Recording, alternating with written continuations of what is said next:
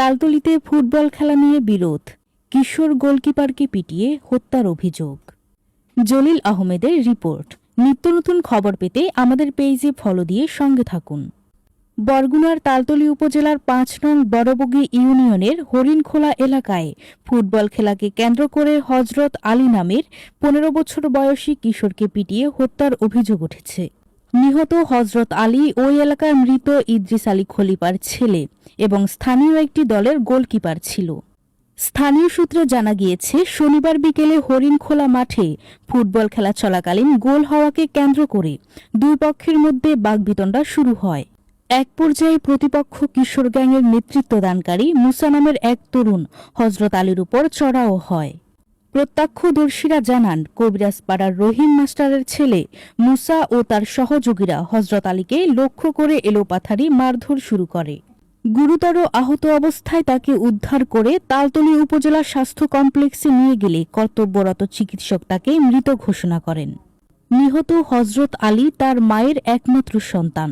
একমাত্র ছেলেকে হারিয়ে পাগলপ্রায় মা বারবার মুর্ছা যাচ্ছেন।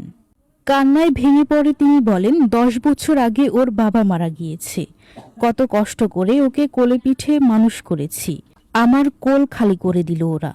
ঘটনার পর থেকে এলাকায় চরম উত্তেজনা বিরাজ করছে। স্থানীয়দের অভিযোগ, অভিযুক্ত মুসা এলাকায় কিশোর গ্যাং পরিচালনা করে এবং তার অত্যাচারে সাধারণ মানুষ অতিষ্ঠ। এই নৃশংস হত্যাকাণ্ডের পর এলাকাবাসী অভিযুক্ত মুসা সহ জড়িতদের দ্রুত গ্রেপ্তার ও দৃষ্টান্তমূলক শাস্তির দাবি জানিয়েছেন।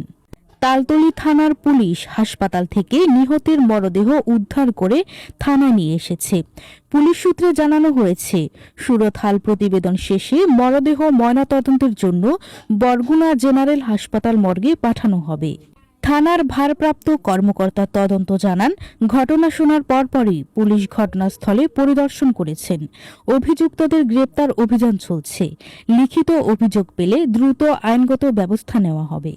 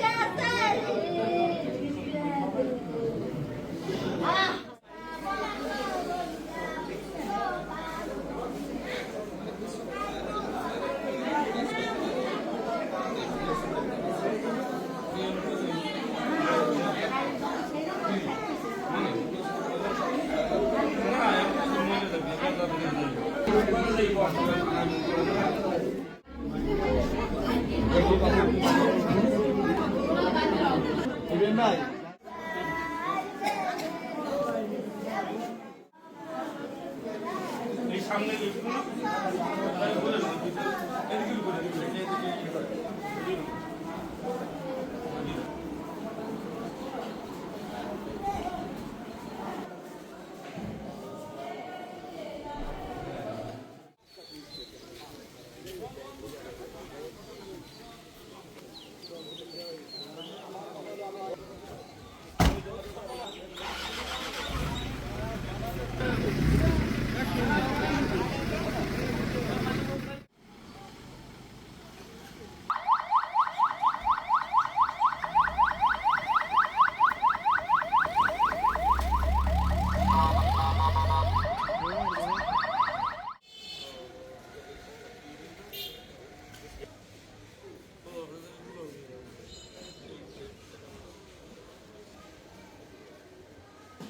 খেলবে না,